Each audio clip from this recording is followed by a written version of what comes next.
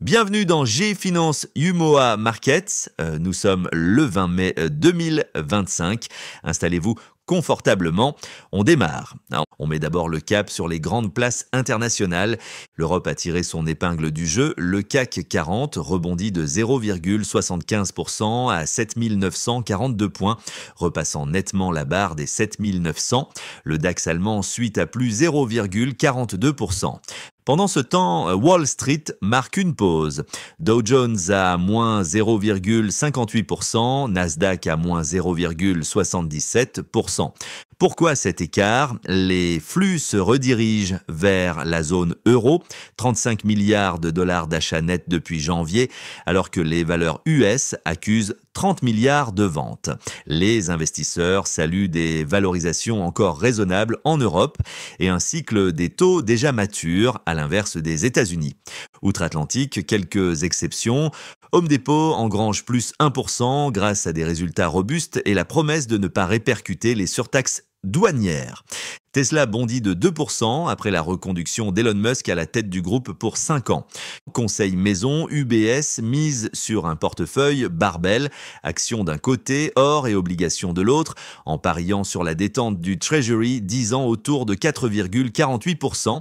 Côté matières premières, le Brent consolide à 65 $ le baril, tandis que l'or se maintient à 3288 $ l'once, toujours recherché comme valeur refuge. Enfin les cryptos, Bitcoin flirte avec les 105 000 $, à moins de 4% de son sommet historique, dopé par l'actualité politique américaine et la conférence Bitcoin 2025 prévue la semaine prochaine. On zoome maintenant sur ce qui nous concerne de plus près, l'Afrique et l'UMOA, beaucoup de choses à retenir. FinDev Canada engage 20 millions d'euros, soit un peu plus de 13 milliards de francs CFA dans le fonds Améthyste 3 pour soutenir les PME d'Afrique subsaharienne. Objectif, financement long terme, mais aussi 30% du portefeuille dédié à l'inclusion économique des femmes. Un signal fort en faveur d'un développement plus inclusif. Bénin, en cours de dette publique à 7 256 milliards de francs CFA fin mars, 51% du PIB. C'est en baisse relative par rapport aux 53,4% de décembre 2024 et toujours bien en dessous du plafond UMOA de 70%. Bon à savoir, 75% de cette dette est extérieure et parmi les détenteurs, ce sont les institutions multilatérales qui pèsent le plus. Coris Bank International Guinée lance sa fenêtre Baraka de finance islamique.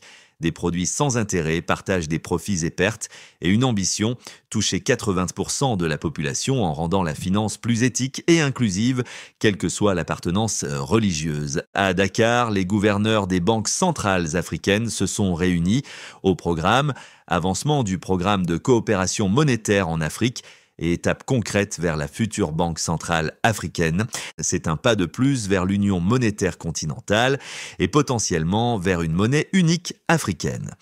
Côte d'Ivoire, l'adjudication du 20 mai a été sursouscrite, 185% pour les BAT, 110% pour les OAT, rendement pondéré entre 7,06% et 7,60%.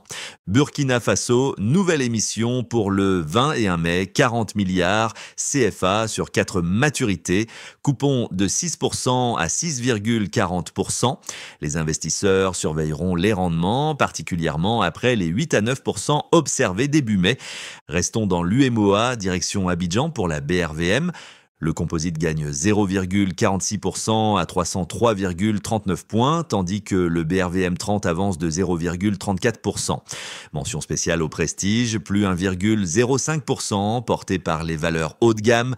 Le nouvel indice consommation de base Caracol en tête, plus 1,5% sur la séance et plus 51% depuis janvier. C'est notre locomotive de l'année. Derrière, Services Financiers enchaîne une 3e hausse consécutive. L'effet Ecobank et Coris Bank jouent à plein. À l'inverse, le secteur télécom cède du terrain malgré le bond de Sonatel, une question de pondération dans l'indice. Tops et flops de la séance, les gagnants du jour, CFAO Motors, CI en tête avec plus 6,98%, suivi de Solibra, CI, plus 6,67% et Sonatel SN, plus 6,21%. Côté perdant, CETAO CI lâche 7,38%, Uniwax CI perd 6,96% et SO2 CI recule de 5,40%. À noter, malgré leur mauvaise passe du jour, CETAO et Uniwax affichent encore des performances depuis janvier supérieures à 25%. Dividendes à venir, Sonatel le 22 mai, Ecobank CI le 30 mai, puis les banques BOA le 3 juin. Côté AG, gardez un œil sur Bernabé CI, Ecobank Togo, CETAO CI et Onatel entre le 28 mai et le 10 juin. Voilà pour ce tour complet des marchés, avec un accent particulier sur l'Afrique de l'Ouest et l'UMOA.